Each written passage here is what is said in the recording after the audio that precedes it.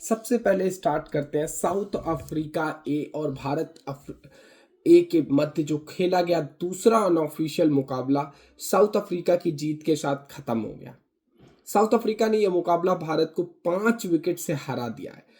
भारत के ने बहुत विशाल टोटल खड़ा किया था, लगभग 417 रनों का साउथ अफ्रीका को टोटल दिया कि बताओ जीत कर दिखाओ।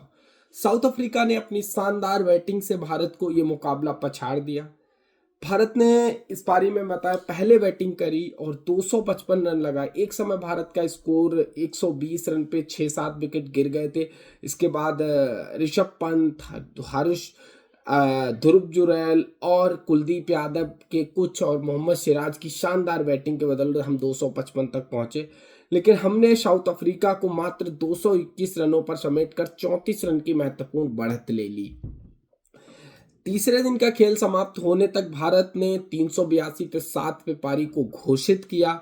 इसके बाद साउथ अफ्रीका को बैटिंग के लिए बुलाया और 382 में 34 जोड़ के 416 हो जाता है। तो 416 रन का टोटल किया। 417 के जवाब में जब साउथ अफ्रीका मैदान पर उतरी तो साउथ अफ्रीका ने तीसरे दिन के अंत तक कोई विकेट नहीं खोया था। चौथे दिन में साउथ अफ्रीका ने एक शानदार शुरुआत करी। उनके दोनों ओपनर हेरमन और लेसिगो ने शानदार पारियां खेली। हेरमन ने 91 रन बनाए, जिसमें प्रसिद्ध कृष्णा ने उन्हें कॉटन बोल्ड आउट किया। प्रसिद्ध कृष्णा, भारत की इसमें पेस बैटरी पूरी पेस बैटरी है और स्पिनर में कुलदीप यादव भी इस टीम के अंदर जुड़े हुए थे, तो ऐसा भी नहीं कह सकता कि हमारी कमजोर बॉलिंग अटैक था। हमारा बॉलिंग अटैक पूरा था। लशीगो ने शानदार 77 रन की पारी खेली। इसके बाद हमजा 77 हमजा ने भी बनाए और टेम्बा बमूमा जो इस टीम के एक महत्वपूर्ण और भारतीय कंडीशंस को एसेस करने आए हुए थे, उन्होंने 59 रन की पारी खेली 101 बॉलों में। कप्तान एक्रमैन ने 24, इसके बाद विकेट कीपर बल्लेबाज कुर्नो ने 52 और ट्वान बिन बरुन जो नॉट आउट रहे 20 रन बनाकर लास्ट में ये दोनों नॉट आउट लौटे और साउथ अफ्रीका ने 98 ओवरों में ये मुकाबला 417 रन बनाकर जीत लिया। भारत की तरफ से मोहम्मद सिराज ने 17 ओवर में 4 मेडन डालकर 53 रन 1 विकेट, प्रसिद्ध कृष्णा को 2 विकेट, आकाशदीप को 1 और हर्ष दुबे को 1 विकेट लिया। वहीं कुलदीप यादव बिना किसी विकेट के साथ अपना ये 17 ओवर में 81 रन देकर उन्होंने खर्च किए। अब मिसाइल्स पर बात करते हैं। क्या मिसाइल रही इस भारत के पूरे मैच के अंदर। भारतीय टीम एक समय बहुत ही मजबूत स्थिति में थी इस मैच में, लेकिन इसके बाद भारत धीरे धीरे जैसे ही सेशन दर सेशन, चौथे दिन के खेल की बात कर रहा हूं, सेशन दर सेशन गुजरता रहा और भारत इस मैच में पीछे लगता चला गया। ऋषभ पंत की कप्तानी भारत की एक अच्छी टीम मानी जा सकती है जो हरा सकती थी साउथ अफ्रीका को, लेकिन नहीं हरा पाई। क्या रीजंस रहे। हमारा बॉलिंग अटैक बहुत ही प्रॉपर बॉलिंग अटैक था। ऐसा नहीं कि कोई कमजोर बॉलिंग अटैक हमने भेज दिया और साउथ अफ्रीका को हमने लपेट लिया, ऐसा नहीं था। हमने बहुत बेहतरीन बॉलिंग अटैक भेजा था। हमारा मोहम्मद सिराज, आकाशदीप, प्रसिद्ध कृष्णा, कुलदीप यादव। अब इन 2 टेस्ट मैचों से हमको क्या मिला, हमने क्या पाया और क्या खोया, ये जो 2 टेस्ट। अब हमारा सीधे इस डिस्कशन से मैं सीधे चलता हूं इंडिया और साउथ अफ्रीका के बीच जो टेस्ट मैच खेला जाना है, उसका मैं प्रीव्यू बाद में डालूंगा।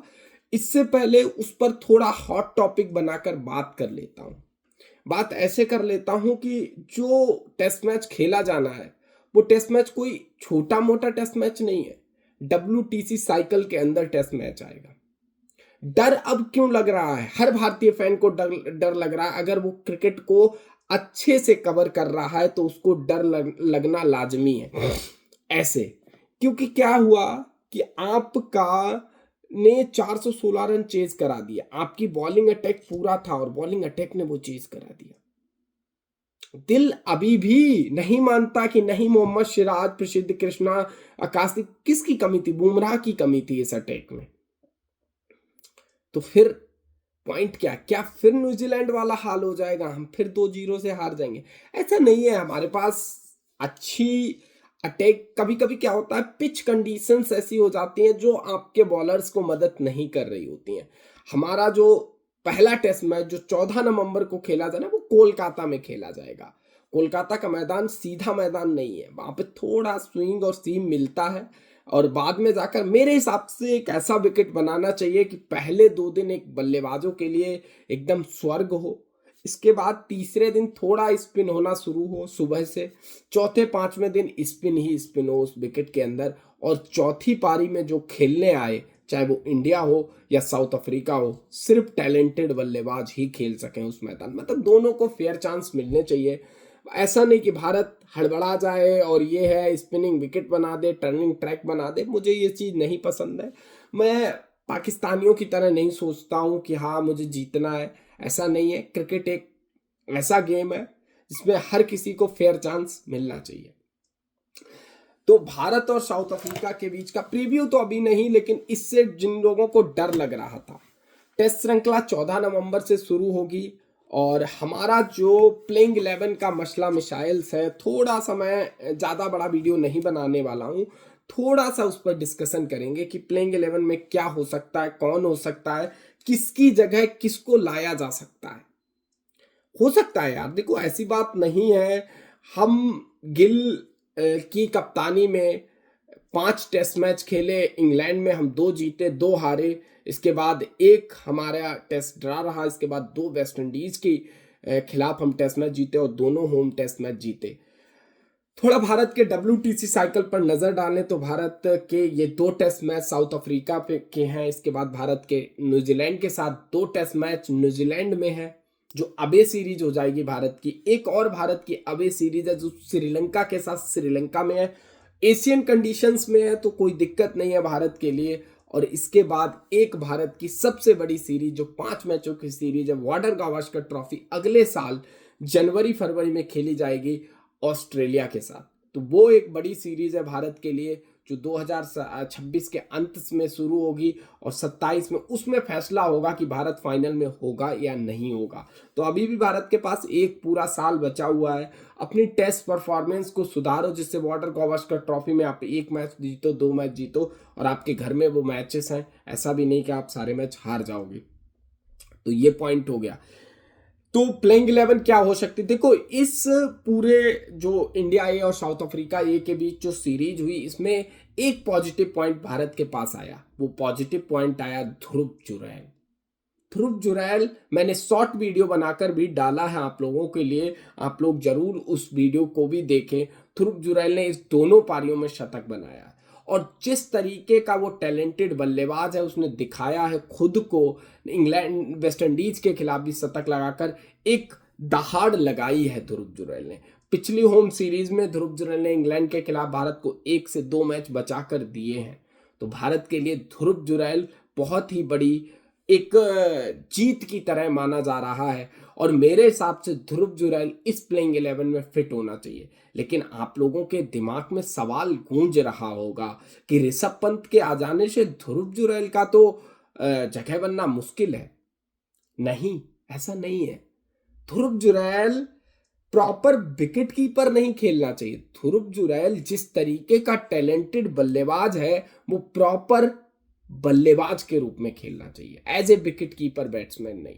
उसका सिलेक्शन ही प्रॉपर बल्लेबाज के रूप में होना चाहिए मेरे हिसाब से। जो प्लेइंग 11 खेलनी चाहिए, क्योंकि ध्रुव जुरैल ने पिछले कुछ समय से भारत के लिए बहुत अच्छी परफॉर्मेंस दी है और उन परफॉर्मेंस पर मैं स्टोरी जरूर करना चाहूंगा। और जिस तरीके का ध्रुव जुरैल को मैं चाहता हूं, ध्रुव जुरैल को प्लेइंग 11 में, और मैं उस स्लॉट पर चाहता हूं जिस स्लॉट पर कभी राहुल द्रविड़ राज किया करते थे, कभी चेतेश्वर पुजारा ने उस स्लॉट पर रन बनाए। अब उस स्लॉट पर पिछले 3 साल से भारत तरस रहा है कि कौन रन बनाएगा। शुभमन गिल को ट्राई कर लिया गया है, फिर KL राहुल को ट्राई किया गया, फिर करुण नायर को एक सीरीज में ट्राई किया, अब साई सुदर्शन की बारी है। लेकिन साई सुदर्शन ने कुछ खास छाप नहीं छोड़ी है इस नंबर पे। तो फिर आपको क्या लगता है? मेरा सवाल फिर वहीं जाकर अटक जाता है कि साई सुदर्शन को इन 2 मैचों के लिए ड्रॉप मत करो, उसको बोलो कि हाँ मुझे ध्रुव जुरैल ट्राई करना, मैंने आपको इस स्लॉट पर 4 मैच दे दिए हैं, 5 मैच दे, मैं ध्रुव जुरैल को 5 मैच देना चाहता हूं नंबर 3 पे। अगर ध्रुव जुरैल फ्लॉप होता है तो मैं आपको एक लॉन्ग रन दूंगा नंबर 3 के अंदर। तो ध्रुव जुरैल को मैं नंबर 3 पर रखना चाहता हूं, इसका मेन रीजन यही है। तो मेरी जो प्लेइंग 11 होगी वो इस तरीके की होगी भाई लोगों, शायद आप लोग सहमत करें या ना करें। सबसे पहले ओपनिंग पर जायसवाल और उनके साथ ओपन करते हुए दिखेंगे आपको केएल राहुल, 3 नंबर ध्रुव जुरैल, 4 नंबर शुभमन गिल, 5 नंबर किसी किसी को डाउट नहीं होना चाहिए ऋषभ पंत के नाम पर, 6 नंबर रविंद्र जडेजा, किसी को भी डाउट नहीं होना चाहिए, 7 नंबर वाशिंगटन सुंदर, 8 नंबर पर आप नीतीश कुमार रेड्डी को खिला सकते हैं तीसरे पेसर और एक हैंडी बैट्समैन के रूप में, 9 नंबर पर कुलदीप यादव जो इंडिया में स्पिनर्स की वो इंडिया में मतलब 3 स्पिनर तो खिलाने ही पड़ेंगे, 2 आपके पास ऑलराउंडर स्पिन है और तीसरा आप कुलदीप यादव को खिलाएंगे, चौथे इसके बाद बुमराह और सिराज। ये हमारी प्लेइंग 11 पूरी तरीके से यही होनी चाहिए और यही होगी भी। तो आप लोगों की क्या प्लेइंग 11 हो रही है आप लोग भी कमेंट बॉक्स में जरूर बताएं, और आपके हिसाब से ध्रुव जुरैल फिक्स होता है या नहीं होता ये बात भी आप लोग कमेंट बॉक्स में बताएं। बाकी एक और हॉट टॉपिक है इस पे बात करने के लिए और उस पर थोड़ी बात करूंगा, और ट्रेड डील जो हुई है या होने वाली है या होगी नहीं होगी, इस पर भी डिस्कशन चल रहा है। चेन्नई सुपर किंग और राजस्थान रॉयल्स संजू सैमसन को बहुत ही अग्रेसिव संजू सैमसन को वो ट्रेड इन करना चाहते हैं। संजू सैमसन को वो अपनी राजस्थान रॉयल्स की स्लॉट से निकालकर किसी और टीम में भेजना चाहते हैं। वो नहीं, संजू सैमसन के साथ उनके मसले मिसाइल्स चल रहे हैं, इसलिए वो संजू सैमसन को टीम में नहीं रखना चाहते। इसीलिए संजू सैमसन को उन्होंने ट्रेड करने के लिए बहुत टीमों का दरवाजा खटखटाया है, जैसे कोलकाता नाइट राइडर्स, जैसे दिल्ली कैपिटल्स, सनराइजर हैदराबाद और फिर चेन्नई सुपर किंग्स ने उनके दरवाजे को एक्सेप्ट किया है और वहां पर उन्होंने रविंद्र जडेजा और संजू सैमसन को ट्रेडिंग करने का फैसला कर लिया था। दोनों का 18-18 करोड़ का मामला था और दोनों ट्रेडिंग होने के लिए तैयार थे, लेकिन फिर राजस्थान रॉयल्स शायद संजू को ट्रेड करना नहीं चाहती थी, इसीलिए उसने एक शगुफा दूसरा फेंका कि मुझे क्या बोलते हैं अकेले रविंद्र जडेजा नहीं चाहिए, मुझे चाहिए डेविड ब्रेविस भी। वहां पर चेन्नई सुपर किंग्स थोड़ा घबरा गई, क्योंकि चेन्नई सुपर किंग्स को ब्रेविस नंबर 4 पर जिस तरीके का बल्लेबाज है और फिर उसने जिस तरीके का परफॉर्मेंस दिया है, वहां पर फिट इन बैठना बहुत मुश्किल है। फिर चेन्नई सुपर किंग्स के स्लॉट में संजू सैमसन कहां पर फिट बैठता है, इस पर भी क्वेश्चन मार्क होने लगा। सवाल फिर खड़ा होने लगा कि संजू सैमसन कहां पर फिट बैठेगा। आपके पास ओपनिंग में आयुष मात्रे, ऋतुराज गायकवाड़ है, फिर आपके पास नंबर 3 पर उर्विल पटेल है, 4 पर आपके पास ब्रेविस है, 5 नंबर खिलाओगे क्या संजू को, या संजू को वही जो इंडियन टीम ओपनिंग स्लॉट से हटाकर 5वें नंबर पर खिला रही है आप भी वही खिलाओगे?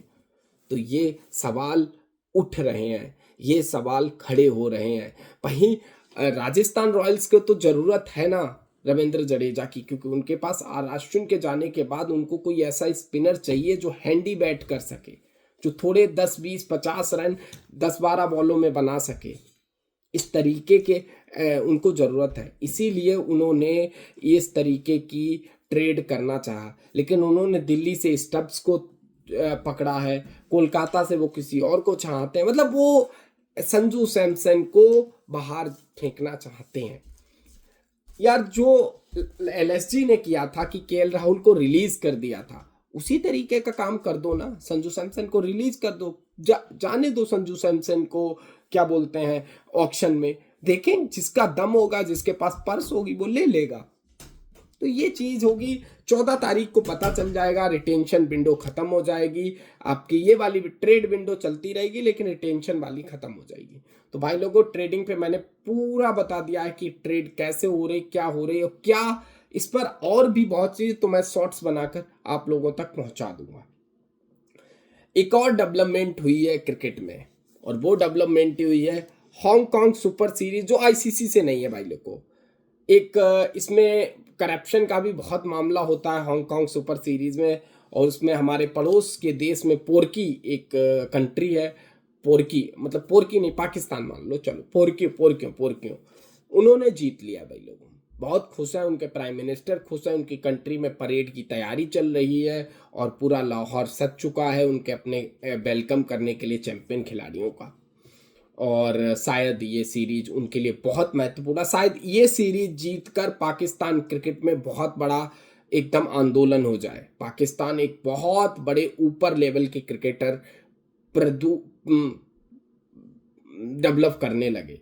शायद ये सीरीज पाकिस्तान को एक बहुत बड़ा क्रिकेटिंग नेशन बना दे, नो डाउट। बस इतना ही बोलूँगा। एक और आईसीसी के ओलंपिक में जो पार्टिसिपेशन है उसमें 6 टीमों का कॉन्टिनेंट बेस्ड ही फैसला होगा, और वहीं आईसीसी के ने एशियन गेम्स में और इसके बाद अफ्रीकन गेम्स में और इसके बाद और सारे जितने गेम्स होंगे उसमें क्रिकेट को इंक्लूड करने का फैसला कर लिया है। तो 2026 एशियन गेम्स में क्रिकेट होगा, 2027 में जो इजिप्ट में खेला जाने वाला अफ्रीकन गेम्स उसमें भी क्रिकेट होगा। मतलब अब क्रिकेट आपको हर जगह हर प्लेटफॉर्म पर देखने को मिल जाएगा। चलो भाई लोगों, वीडियो यहीं तक है, और आप लोग क्या करो, चैनल को जरूर से जरूर सब्सक्राइब करो और वीडियो को जरूर से जरूर लाइक करो। मिलते हैं अगली वीडियो में, तब तक के लिए धन्यवाद। और आप लोग कमेंट बॉक्स में जरूर बताओ कि क्या प्लेइंग 11 हो सकती है इंडिया की साउथ अफ्रीका के